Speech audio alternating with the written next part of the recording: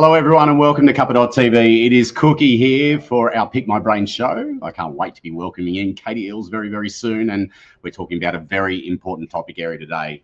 We've never had more generations in the workplace at the same time, and somehow we've never understood each other less. Big topic area today. And if you are joining us, please make sure you give us a big hello in the chat rooms, no matter where you're tuning in from. So the question is this really about age or is it something else going on? Katie Iles is one of the best in the biz, one of the sharpest voices that I've come across when it comes to generational intelligence. And we're going to be welcoming her in very, very soon. But before I kick it off, I just want to acknowledge the traditional custodians of country throughout Australia and recognise their continuing connections to lands, water and community. I pay my respects to them and to their cultures and to the elders, both past, present and emerging. I always want to say thanks to the First Nations elders and storytellers who have graced their knowledge and their wisdom with us here at Cuppa. It is a beautiful journey that we can all go on and we can all learn from as well. Lee and Maria, welcome to the show today as well. Katie is one of the best in the biz, like I said, when it comes to generational conflict, but not in the way you've ever heard it before. She's worked across government, startups, social enterprise and national brands, helping leaders decode what actually drives trust, identity and performance. And today she's going to challenge the idea that this is a people problem at all, and instead show us why it might be a system design problem. Let's welcome in Katie right now. Katie, welcome to Cuppa. This is your first time between me and you sharing knowledge. Are you ready? No, I'm not, but I put pants on, so I feel like we're off to a good start. Yeah, I'm glad you've got pants on today. That's amazing. So, Katie, welcome for your first thing. Now we're going to dive in to this important topic area, but I always also like to start with a little bit of a story, Katie. Like, give everyone a little bit about your background and how you've actually got to this point of supporting organisations. Yes, I throw a spanner at the start, which isn't on the run sheet, but love to hear your story, my friend. No, fine. I've had a bizarre career trajectory. So I started in journalism. And I worked in magazines and colour writing. I wanted to be an essayist. And then I moved into corporate public relations. And then I moved into not-for-profit work. And then I moved to England and did a social enterprise startup where we decided we were going to transform inner city Manchester and using the broken window theory. So we bought up a bunch of burnt out terrace homes that were damaged in the riots and bought them cheaply and then renovated them and then sold them to ethically minded investors who we could trust to do the right thing by their tenants. And we made sure there was allocation for destitute asylum seekers as well as lower socioeconomic whatever's. And so, we sort of did that. And then everything was going great. And then the bottom fell out of the market in around 2007. So I was like, cool, back to Australia we go. And I've worked in large volunteer-led organisations in pastoral vocation and always writing, always communicating. But the thread running all the way through it has always been that I've had to lead teams and results with no money and no contracts. So you get pretty good at casting vision, at strengths-based leadership, because it's your only option, because you've got to do the most with the least. And all the way through that, I just love people. Somebody asked me literally yesterday, it was my physiotherapist. He was like shoving his elbow into my back and he said, what's your biggest passion? And I said, I think it's people. I just love people and I believe in people. And I know that sounds a bit, but I don't know what to tell you. It's what we all need to live and breathe right now. It's what we need, is to live and breathe people and remember what it means to be bloody human again. But anyway. Yeah. Yes. So I studied a lot of music and I've done a lot of gigging and singing and performing as well. So that keeps me up and about. And now I started my own business because I am crazy. But here we are. I feel it. All right, well, let's get into today's show. And, you have appeared on one of our shows, Lessons from Leaders. And I remember when we had you in here and we were talking about this topic area as well, we had 50, senior level leaders listening to this exact same topic. So I'm glad we're going to dive a little bit deeper into this. But I want to clear something up first. We hear multi-generational workforce and intergenerational workforce, and it's used all the time. Are they the same thing or are we missing something important here?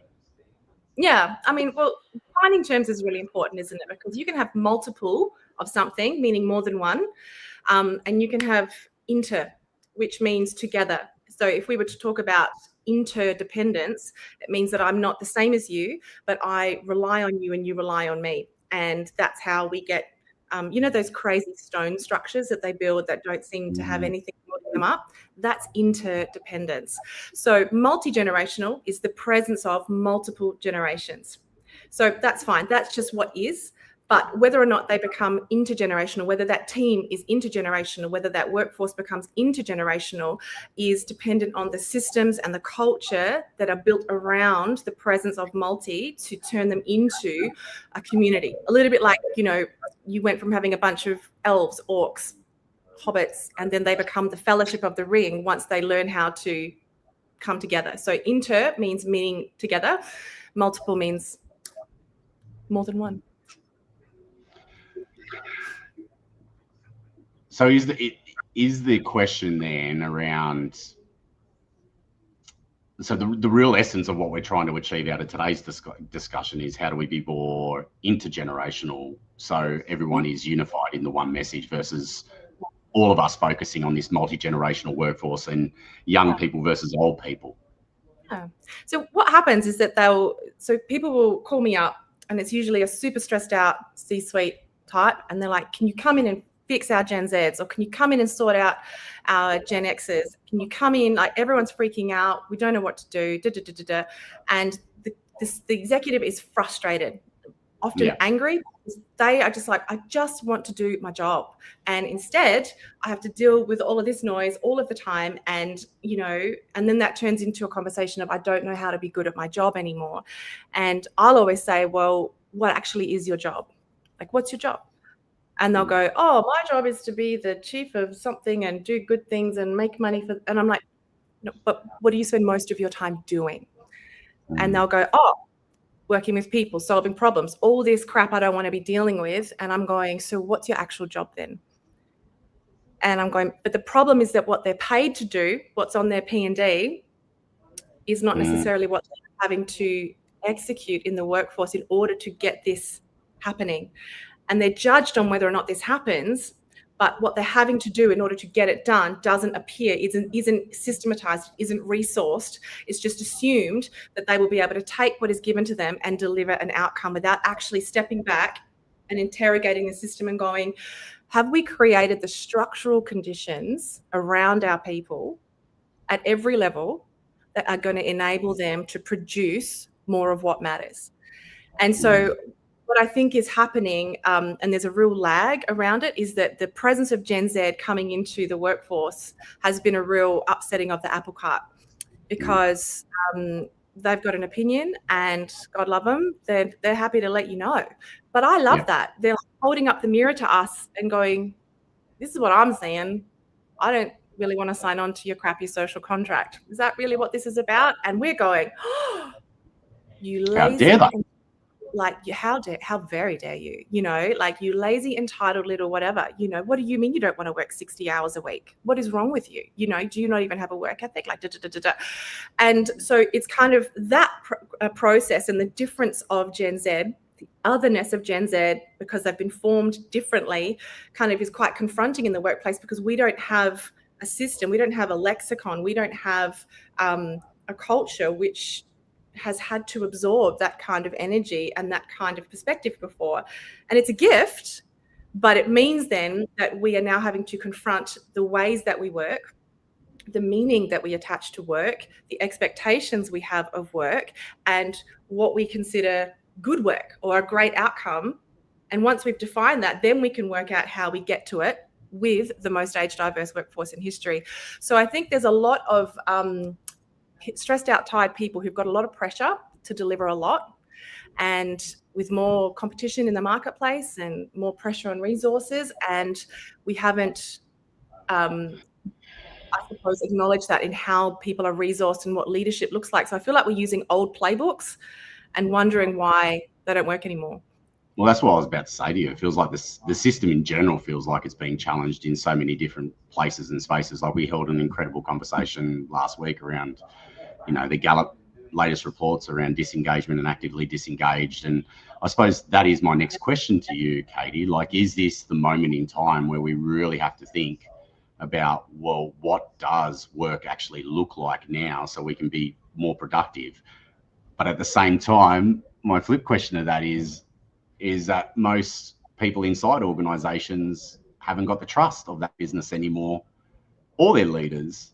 So is this a generational opportunity, or is this a real challenge that we're facing as business? And I know that's a big, hairy ass question, but yeah, I think that so the level of disengagement that we're seeing in the workplace now is absolutely predictable. There is no way, because what we've done is fundamentally dehumanized our systems of work. Because what we've required people to do is we've continued to extract from them at a greater rate that they can replenish. And so what you end up having is a bunch of people who are trying to access whatever helps them to feel safe, significant, whatever, and they're doing that in different ways. But we've also got global capitalism, we've got digital acceleration, AI, we've got the growing pressure, and also just the sheer volume of information that floods us every day, and we're not designed to carry it. So the levels of stress are higher. We've got an economic climate where you kind of need to have two people working full time if you want to, wear pants every now and again and feed your children semi-regularly.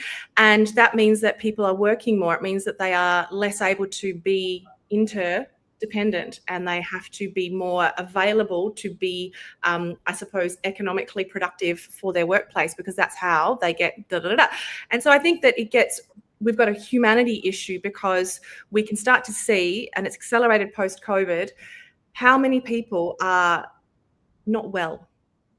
And when we are stressed, when we are not well, when we are tired, we don't make the best decisions. We don't communicate as well. We get scared. And so we then get defensive. We start to do or default back to what we know how to do. Well, back in my day, if I just do more and overfunction it, and how that pressure shows up is different across the generations. So Gen Xers and older generations will tend to just overfunction. They'll just do more and more and more and more.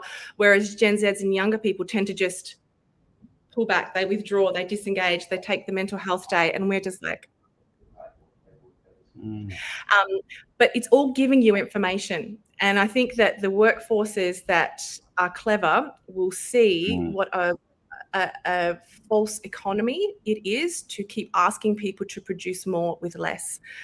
And that's not to say we're not going to work hard, but that means then that we have to ask ourselves a question of, if these are the results we're getting and we want to get to here, if we're here and we want to get over here, we have to solve for X. This is the conversation, not get here and don't involve me in the processes. Why can't we get there? And when you're stressed and tired and in a competitive environment, it's really, really hard to do that. And so you just find people who can give you what you want without complaining, and we will win. So I can't even remember your question. Yeah, but no, I like where this is going. So I'm going to go a little bit deeper here. So what's the one question a leader should be asking themselves, or a C-suite right now, around, because we've got this next generation coming in, and how do we build the workplace for the future for our business so it's going to be successful, not for the next 1 to 3 years, which is the current mindset that we're in, but for the next 10, 20, 30 odd years of where we are. So how do we start bringing in this generational thinking into the way our business should be operating in the future? I think that it's about going, because a lot of the time, so for example, when they'll say fixed Gen Zs, I'm going, do you remember when you were 20 and you were just starting out, and the sheer volume of things that you thought you knew but didn't? What you needed was a mentor. What you needed was somebody from another generation to see potential in you and to get alongside you and say, I see this in you and I believe in you, and I'm willing to help you learn to walk, and I'll pick you up when you fall over, and I'll celebrate this crappy drawing that you've done. I'll even put it on the fridge, because that's how we create safety, which helps people just go, oh, there's a place for me to grow here, and I can see that I'm developing, and I can see that this matters, and I've got meaningful human interaction here. And I think it's funny. I grew up in a church environment, and you can say what you will about that, but one of the things I notice as a stark contrast between kids who grow up in those sorts of really intentional intergenerational environments versus kids who've grown up on screens and in a fairly siloed, smaller community is that they don't have the same confidence to engage outside what's immediately familiar, even looking at contact and even things like that. And so, and it's not so, and that's not because they are less human, less capable, that they're not great people. It's that they aren't practiced and they have a different skill set. So they need different coaching. If you are turning 45, and obviously not us, not for a while yet, hey Cookie, and you're going, is AI going to take my job? Is some sexy Gen Z with, boobs that stay up, when they run, is they going to come in and be the preferred candidate? Like, is there a place for me here? But we're living longer, we're working longer. And so how do you keep somebody who's 40 plus growing and viable and engaged in the organization without feeling terrified and overwhelmed? Because if you lose them, then you will lose all that institutional knowledge, you will lose all of that experience, and you will send a clear signal that people are dispensable once they get past a certain whatever, or we don't know how to recognize their success or their value add beyond a certain ceiling. And so they kind of go, well, what do I do? So we have to, in terms of the intergenerational and getting this pumping, this isn't going anywhere. So it's going, what does each generation and each life stage, because that's not necessarily the same as a generation. I can be 40 and have a young baby. I could be 25 and have a young baby. Same life stage, different generation, right? So we've got to make sure that we've understood that and go, how do I need to scaffold this team and the people within it in a way that acknowledges their generational formation, their skill set and their potential, and also their life stage and season. So one of the worst times in my career was when I had young children. I had 2 under 2, because way to go. Yeah. And I wasn't sleeping, and I had a difficult birth, and so I was essentially disabled, and I was PTSD, I had PND, but I didn't know it. And there was nothing in the system that, despite people being kind, despite people being well-intentioned, despite people being lovely, and I've always worked in male-dominated sort of work areas or whatever. And I remember when I read Annabelle Crabb's piece around I need a wife, I was ready to set something on fire. I'm like, that's what I want. I want a wife. Because I'm not sleeping, I'm exhausted, I'm in pain, I'm navigating a whole new season. I'm carrying the mental load, and it's not because anyone's bad or anyone's set out with a malicious intent. This is just how it is. But there was no way of me to say that without it becoming a career limiting conversation. Oh, well, she's not able to handle it at this level. Oh, we'll just keep her there because, to the point where my senior vice president said one day, didn't know I heard this, when they were talking about replacing me as the next hire, they were like, we want a man next time because we don't have to deal with kids. And I was just like, frankly, I feel quite the same. I would also like to not have to deal with kids. But, it's just interesting how we default to what's easy and what's frictionless, because our whole cultural moment is about curating our experience according to our preference. So I don't have to engage with anything that I don't like. I can cancel you. I can ignore you. I can get my algorithm to be what it is. I don't have to do anything, engage anyone. I don't have to sit next to somebody who's different than me. We think it's good, but it dehumanizes us because it fundamentally stops us from considering the perspective of otherness. And that's what happens in the generational conflict, is that we're going, why aren't you just the same as me, you idiot? Be better. Be more like me. Be 45 years old. Don't be 20. I shouldn't have to, or at my level, and on it goes. You've spoken previously to me about social contracts that each generation is operating under. Like, what are some of those social contracts that we're currently operating under? Yeah, so we've got different models of work. So we've got 5 generations, but we've got about 3 dominant models of work. So we've got the industrial model, which is largely boomer coded, older Gen X. And this is think like Ford's assembly line. This is when, your work was not your identity. Your work was your duty, because it's how you created income and you provided for your family or your whatever. And so you didn't go to work to kind of find self-actualization. You went to work to do something good, to show up, be a good soldier, do the right thing. And if you did it well enough for long enough, the institution around you would reward you. Okay, so trust us, trust the institution, and we'll give you a seat at the table, mate. Just be a good soldier, no worries. But then, globalization, automation comes swinging a wrecking ball through that, and suddenly I'm being replaced. This thing, I've been a good loyal soldier for 30 years, and suddenly I'm being replaced by a machine. Where does that leave me? What happens to that contract? What happens to the trust that I placed in you because you had power when I didn't, and I trusted the future, and that didn't reward me? So that success metric became deformed. And their kids are watching this and they're going, no, I've got to stay safe. I've got to become and remain a viable, preferable option so that nobody can get rid of me. Nothing's going to be able to replace me. So that gave rise to a model of work called the knowledge worker, which is very Gen X, older millennial coded. And this is like Wolf of Wall Street, grind culture, push harder. However hard you work, Cookie, I'm going to work 15% harder and make sure everyone knows it, so that when it comes time for bonuses and when it comes time for promotions, I will be able to definitively say I am better than you, because that's how I remain viable. And so I work more, I absorb more, and I trust that that is going to be recognized. So this is the myth of meritocracy.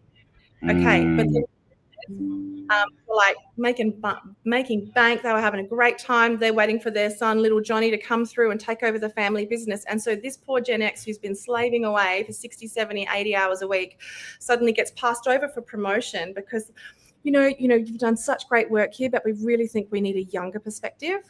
And then you get for promotion, or you get let go, or you move in a different direction. And suddenly, because you're in your 40s and applying for work, people are like, oh, you're a risk now.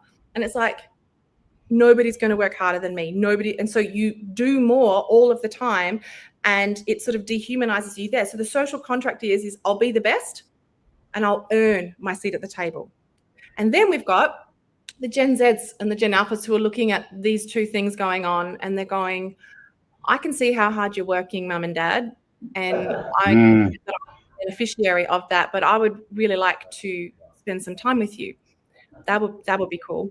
And they're looking at it and going, you're working so hard, and I don't see the benefit of that beyond finances. And so you've got this, and then you've got Gen Zs who've grown up in almost perpetual universal instability, one way or another. They were the most disproportionately impacted by the pandemic because they all worked retail and hospo. They were studying at the time. They were, going through major sort of life events, and all of that was interrupted. And they're watching Me Too and Black Lives Matter and the collapse of institutions and the fall of leaders, and the whole world as we knew it seemed to feel like it was falling apart. And at the same time, they were the guinea pigs for social media and unfettered access to the internet, and that obviously worked out great. So you've got this generation which is completely frazzled and fried from a dopaminergic perspective, from a meaning and purpose perspective, and they're looking at the contracts and the social contracts and the models of work, and they're going, I don't want to do that. I don't want to commit to that. Why do I have to just work? Why do I have to work full time? Why can't, and so you can see them going, I am going to create a network around me of people that I trust, and I'm going to build a table that I want to sit at. So industrial, be a good soldier, trust the institution, and we'll give you a seat at the table. Don't worry about that, love. Oh, hang on, that didn't work. Knowledge workers are like, I'll be the best and I'll earn my seat at the table. Oh, hang on a minute. And then Gen Zs are going, your tables are trash. I do not wish to sit at this table. Let's build another one. And so they tend to be much more tribal, much more networked, much more adaptive and relational. And they're looking for different things from work. And so where they access meaning is not necessarily in the same things as older generations, because they've got different options, and different things terrify them, and different things have shaped and formed them. And none of that is particularly well understood. And so you've got usually a Gen X or a boomer level leader at a C-suite level most of the time. And yet they'll probably have a whole cohort of 18 to 35-year-olds that they're leading. And you know, and the millennials are kind of like doing the parenting thing and hybrid and part-time and just, you know, and so, and it's just this weird clash. And so there's just different social contracts in the mix, and they need to be understood because people aren't bad. They're not lazy. They're just accessing meaning, safety, security, success in different ways.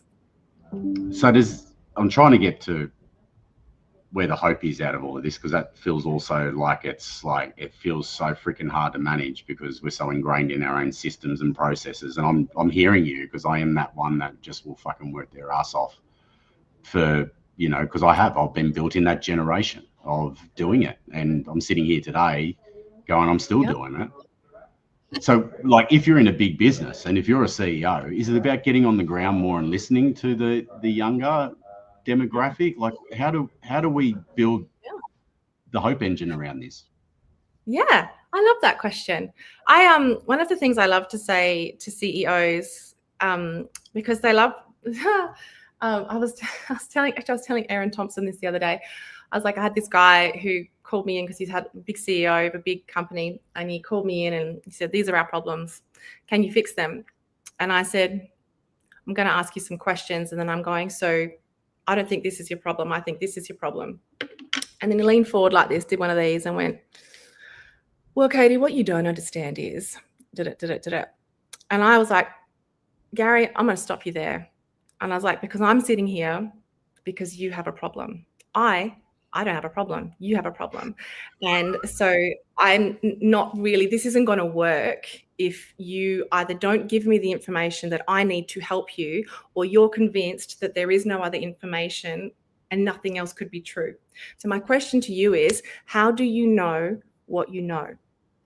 And he was like, what do you mean? And I said, how do you know that this is true? You said, oh, well, we do a client, what is it called? An employee engagement, Gary, you dog, that we'll do like a, what's it called? Employees, that's what they're called, employee engagement survey. Surveys. And comes back great, you know, fantastic. And I'm going, just shush. I make those surveys. I can literally get them to spit out whatever information that you want. Oh, we've got a great level of engagement. People love working here. You know, we're actually great. And I'm like, oh, well, no worries. I'll go then. Fantastic. Seems like you've got it all locked in. And I'm going, let's talk about why you can't keep women. Let's talk about what's not being surfaced around your executive table. Let's talk about what's not being said. Let's talk about how you know and how you can access truth, and not just access the truth, but metabolize it. Because anything that's inconvenient or uncomfortable, we kind of be like, ew, no. They just need to work harder. They need to lock in. They need to mature. They need to get on with it. You know, if you kind of do a review of an organization and it comes back showing that psychological safety is partial, not non-existent, but not universally experienced at a senior executive level, the CEO, more times than not, in my experience, will go, well, these bloody guys just need to pull their bootstraps up and just get on with it. And if they've got a problem, well, they know where to find me.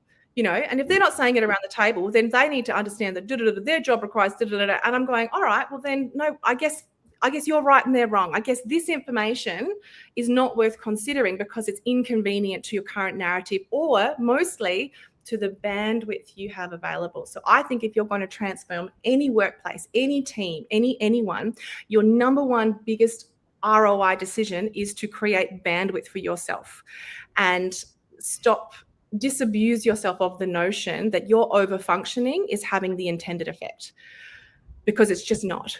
It is dehumanizing you, and it is not activating the levels of leadership or the potential that is available to you. So you're not actually accessing the collective intelligence that's there because you're scared that it might be wrong or whatever, or you need to assume that something is true because then that means you can stay the same. And so you just churn through the staff who aren't the right fit until you land on a who either doesn't mind because they're just one of those random really good fits, or they need it more than they care that it's harming them. And so it's really going, how do I know what I know? What assumptions have I made?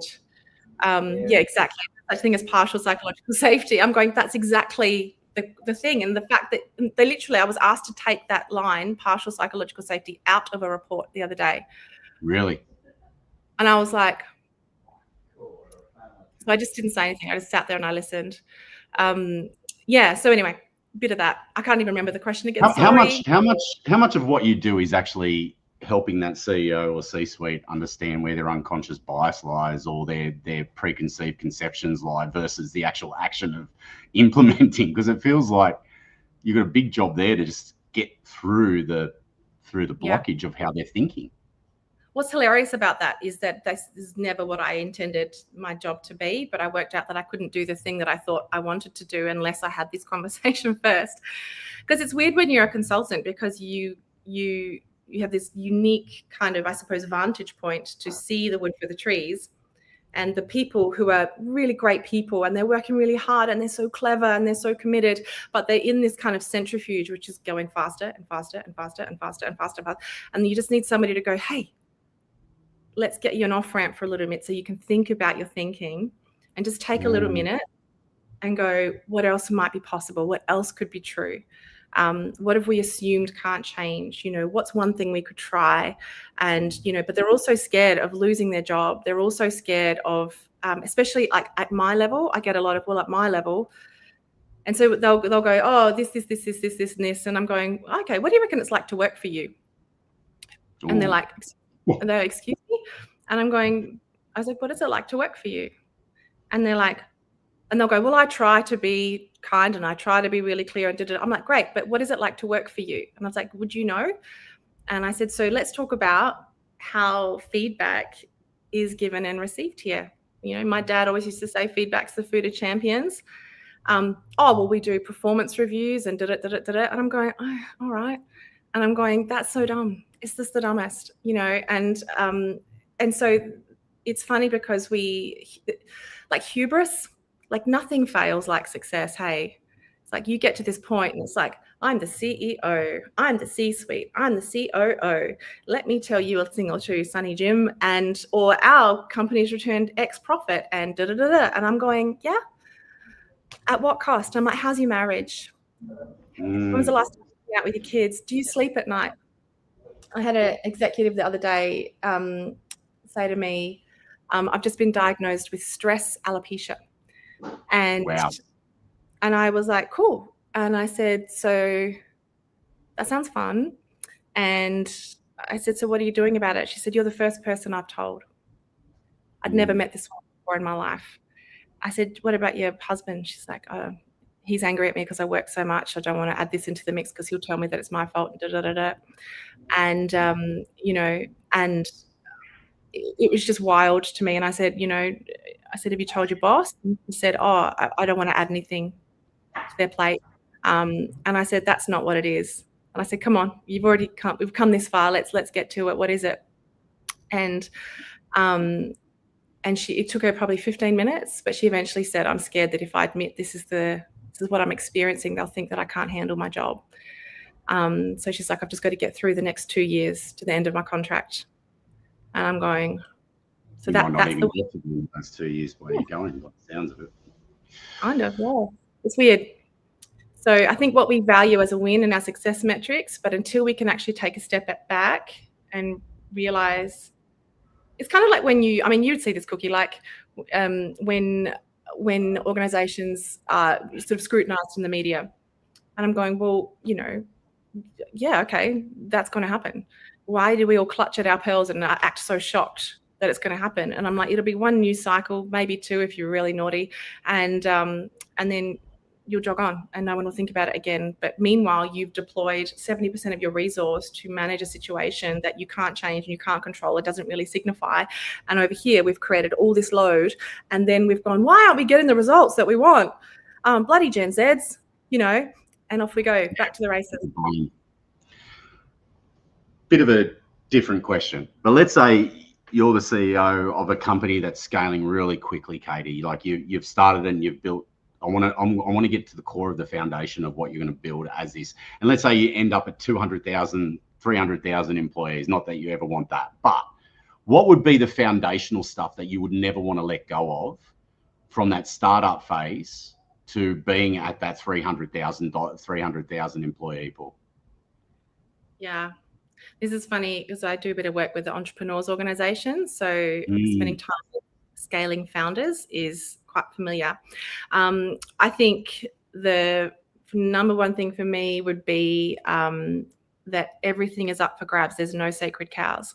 So what got you, so this is what often I think scaling startups don't recognize, is that the initial entrepreneurial push, you know, so like you said, you'll just absolutely send it and you'll build something. And then if you've got any decency in you, Luke, you will then allow Bella to do the rest and get out of her way, because So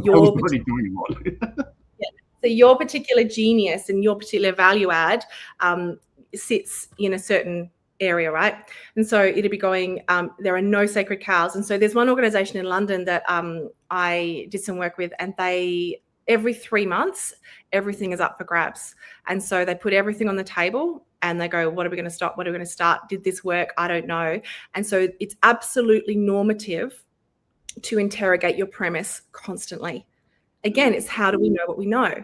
Is this working? I think it worked then. Does it work now? How do we know that? What would else could we try? The second thing would be to normalize failure. I know we talk about this, but I think as we grow and as the risk increases, and as, I mean, you think if you've got 200,000 families that are relying on you to make excellent, prudent decisions that are going to enable the business to remain stable and viable, that's a huge responsibility that I don't think is often well understood, particularly by younger generations, not because they're bad, because they're younger. So like, you know, they're kind of going, well, I want to be able to do this and that and the other. And the small business owner's going, I would love to be able to do that for you, but we just can't absorb that and stay profitable or stay viable. We actually can't manage that. And they're going, you know, like, this is, you're a terrible person, this is a terrible workplace. And I'm like, no, there are just limits to the system. And so I think no sacred cows, normalizing failure, and making sure it's fine to risk and to try and to fall over and to get up again. And then I think it's around your comms, because it's not about, you know, most of the failure of communications usually falls down around communication, but we sent the briefing, like we talked about it at the board meeting. Like I don't understand, like I had a one-to-one with this person about it. Like we've got this amazing, like color-coded dashboard and it's so amazing. Like we freaking have got the vision statement on the wall, you know. And I'm going, the myth of communication is that it's happened, right? Again, what are we assuming is true? And how is that then impacting people's access to that vision or to that piece of work or to safety that's going to enable them to try and fail or to challenge a bad idea? And with founders and scaling startups, I always like to tell them that everyone around them tells them how amazing and successful and wow, you're 18 and you've built, you know, Virgin Blue and you're going to the moon. That's incredible. And I'm like, I'm the one person in your world who's going to be big sister and just go, you're not all that in a bag of chips, bruv. You know, like everyone tells you how great you are. And I'm like, who's got permission to kick your ass? Who's got permission, Luke? This is a great question for you, because we talked about you being a bear, a bit of a cuddly bear. And what makes you brilliant is also going to be your biggest threat, essentially your biggest responsibility in terms of how you steward your energy, how you show up for people and yourself, yada, yada. So we'd be going, who is allowed to get up in your face and challenge your premise? You know, who do you allow to do that? Don't have anyone. Besides Bella, who's telling me a whole bunch of different things. She's my truth bomb. But it's an interesting one, isn't it? Because when you get to your level, if you're gunning for something and you can see it in your mind's eye and you're trying to get there, right? You're going, I can't let any noise, so it's signal and noise. And that's fine, but there's a limit to that, because at the end of the day, you're a human. And if you want to get your thing done, you need to have other humans to help you to do it. And, you know, that's your thing. And so if you don't know then how to be human and be wrong and say sorry and take on new information. Like I love asking the question, what's the last thing you changed your mind about? You know? Today. Let's start there. But I would genuinely say that to you, Cookie. Like someone's going to be able to kick your ass and say, oi, I don't think that was great, or this is what I'm seeing, you know. And because it's not because they're going, I want you to fail, or you're bad, or you're wrong. No, I know that. No. It's just accountability. It's like with parenting. It's like I'm constantly telling my kids, like, it's not my job. I'm not your friend. Like, you know, it's not my job to make you happy. You know, it is my job to help you grow. I said, I keep you safe. I create conditions where you grow, you learn, and I teach you. I keep you safe.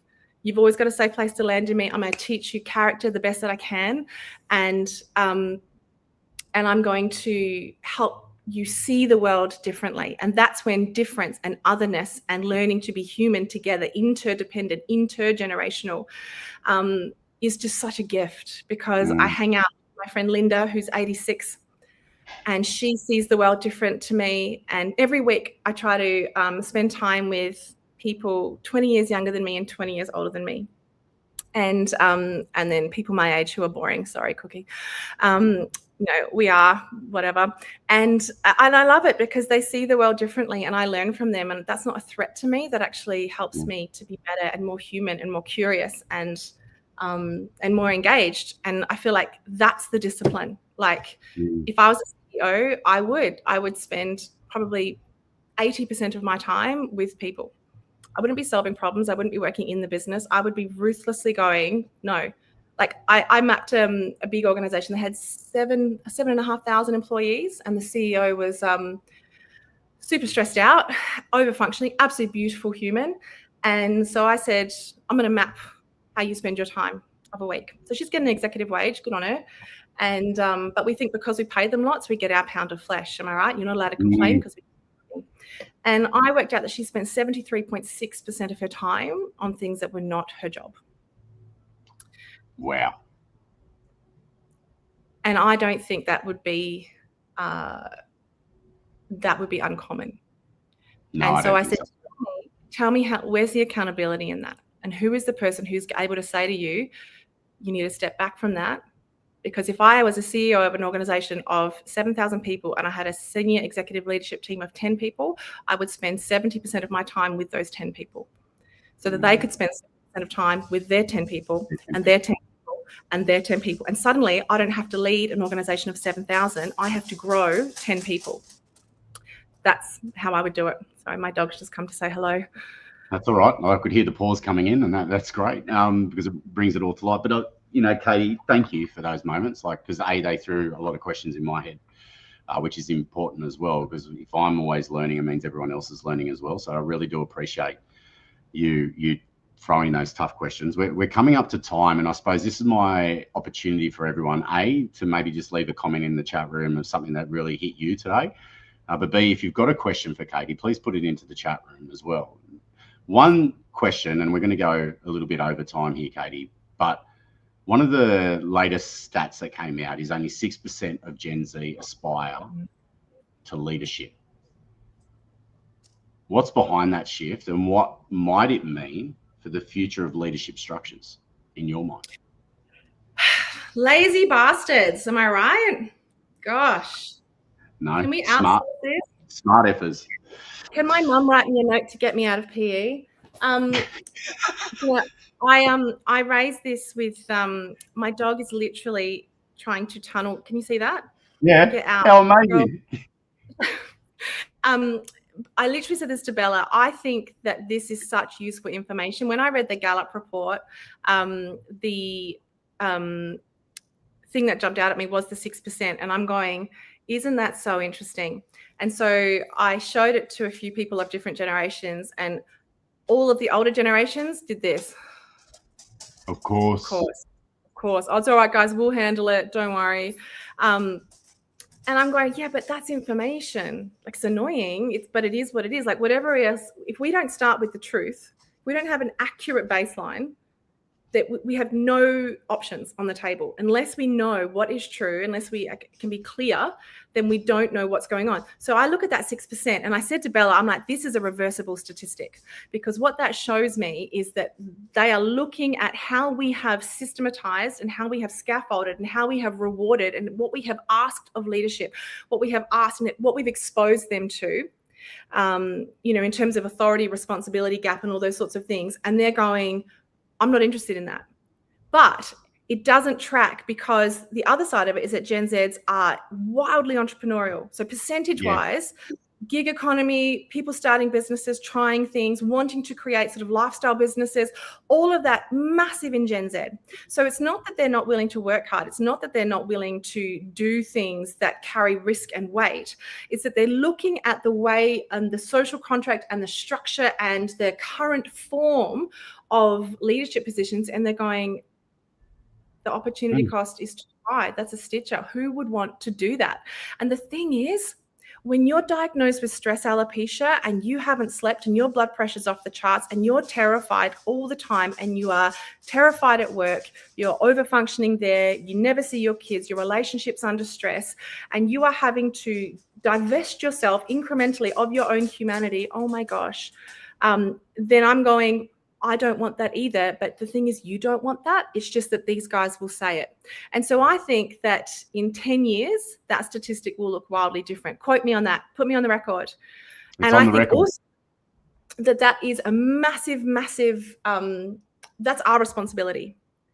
Totally. I think we've lost interdependence, where I'm better because I have got aunties and nanas and sisters and friends and brothers and little brothers and sisters, and we work together. And it's not just about me getting what I want when I want it, and experience on demand and frictionless living. It's actually bumping up into what it is to be human, because the more frictionless we let our society become, the less human we have to be, because I don't have to manage or wait my turn or say sorry or deal with somebody who's got a fundamentally different worldview than me.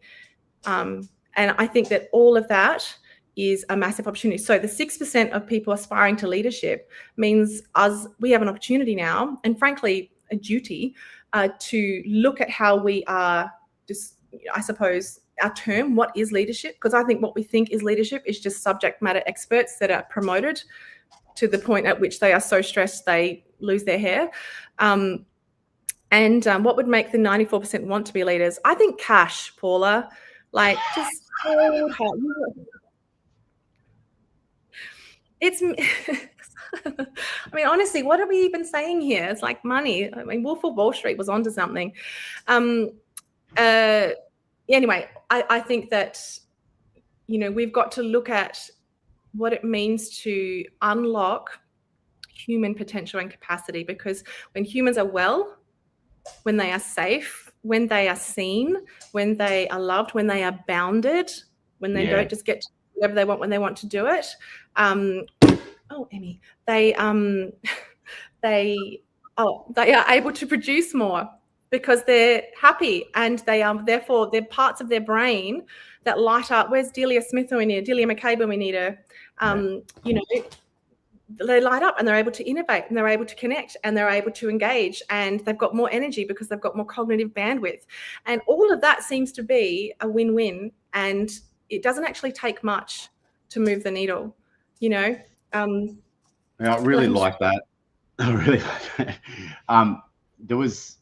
It's interesting because there is this CEO Pulse report that's done by the CEO Institute, where they interview. They've got over 1,000 CEOs in their network. 798. It was 798. The top 4 things, one of the top 4 was CEO mental health.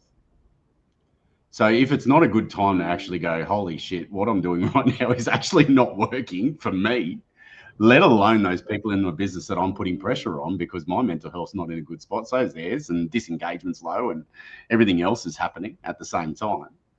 Like, it is such a massive wake-up call for CEOs to really start thinking about, well, what do I want in this business now that's going to help me? Well, when that came out, that was fascinating, because the foreword by Richard Wynne said we're at risk of layering sharper strategies on top of exhausted systems, and then nothing really else was said about that, which, to be fair, wasn't the purpose of the report. But then later on, when the CEOs were reporting on their, I guess, how they were experiencing the world, they said that 2/3 of them said that it was sort of so much harder just in the last 2 years. The mental and the emotional weight and load and burden of leadership was bigger than what it was 2 years previously. And they were being asked to target more aggressive growth in more competitive markets with the same or less resource. And I look at that and I'm going, that is fundamentally irresponsible, and it is a false economy, because all that means then is that you are going to extract and extract and extract and expect until that person falls over, and then we'll say they couldn't hack it. And I'm like, that is incredibly wasteful. It is incredibly inefficient. So I think there's a huge amount of work there. And so the door to my work usually opens via the generations, because people will genuinely go, we want to engage, or we want to become an employer of choice, or we want to know what to do here. But then it's about making sure that there is a collective agreement about what matters, and making sure we're really clear on what's driving our current results. So our system is tailor-made to deliver the results it currently is. And that's not so much about better people, that's about designing systems that make sense to the people inside them, so they want to get on board. I could chat to you all day. That's very kind, Luke, but I'm very busy and important, so sorry. Okay, righto. I'm picking up what you're putting down.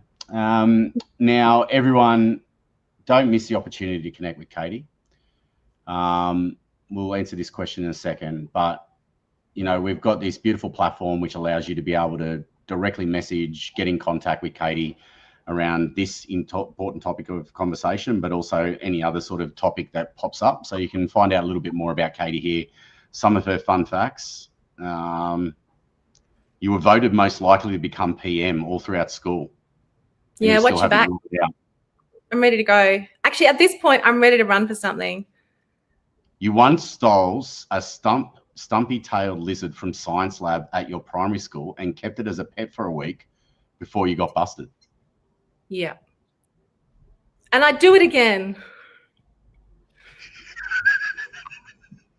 One time, actually, I didn't put this on there, but one time I stole a scorpion from the biolab, and I put it in my dad's study, and he found it and he freaked out. Anyway, of course you did. Yeah, I was a little rabbit. Aaron said he'd vote for you. Just finally, what does this say here? I haven't even read this.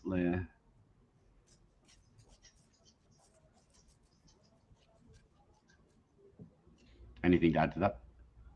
No? Are you asking me what's on the screen? Maria Doyle, God love her. Yeah, I mean, I think it's about a positive alternative. I mean, you know, humans are innately aspirational. We're all wired the same way. Who doesn't come alive when somebody sees them? And I think one of the things, this is going to sound a bit woo-woo cookie. Go woo. I think, let's woo. I think that there is an inherent lack of reverence in our cultural moment, whereby we look at someone's value by how I can benefit from knowing them, being around them, rather than going, you are inherently sacred and worthy of love, care, attention, respect, time, simply because you are breathing the same air as me, simply because you exist. And I think that so much of conflict and so much of the kind of the grubbiness of humanity bubbles to the surface when we lose that, and we go, I'm too busy, I'm too important, I'm right, you're wrong, or I need to be right because being wrong is not safe for me, or you see the world differently to me, therefore you are worthless. And so I think that when you, and I see this with young people, I've worked with young people my entire career. I ran an internship program for 15 leaders for 10 years, and they would be in my house because I want them to see me freaking out at my kids, sleep deprived, piles of washing, cooking, singing, mucking on, seeing that being a leader does not mean I have to have arrived or be at a level, and that some days I'm really going to cough up the ball, but it's not about not coughing up the ball. It's about rupture, repair, and taking responsibility for that and going, I'm really sorry for how I spoke to you. I'm really sorry for how that choice, that wasn't a great decision or whatever. And just seeing that modeled in real time. Same with my kids. Like, you know, my mum is in England, so I can say this. Never apologizes, like ever. Like she could cut someone's head off and just be like, I have my reasons. And I just be like, all right, Mary, chill out. You know, and I just remember thinking, I don't want to be like that. You know, if I've done something wrong, I want to say I'm really sorry, because I get that that has a real cost. And even with the best intentions, you know, and I think when we do that, we model, it's literally just being the change you want to see in the world. Wow, we really went woo-woo. It's not woo-woo at all. It's actually the truth of where we need to be right now in workplaces and society. So Katie, I just want to say thank you so much for joining us today. For those that are watching, if you want to pick Katie's brain, make sure you go to cuppa.tv, check out all our amazing experts on there, and click on Katie's profile, message her and reach out. Having Katie by your side as you're navigating this in your business is going to be worthwhile. So don't miss out on that opportunity. Katie, any parting words for everyone today? You're great. You're amazing. Keep going. Keep going, everyone. Please give a wave of gratitude to Katie in the chat room right now. Katie's been absolutely incredible having you on. We've got a movement circle coming up, which is where Katie will be appearing with a few of our other experts. We haven't launched it yet. It's around this topic of conversation. We're going to go deeper with multiple experts tackling this. So this is not the last conversation, is what I'm saying around this. And if you want to make sure that you want to not miss out on that event, join cuppa.tv. You'll see our community section there. It's free. Never miss an event that we have coming up. Katie, you've been amazing. Thank you so much. Thanks. Everyone, enjoy the rest of your day.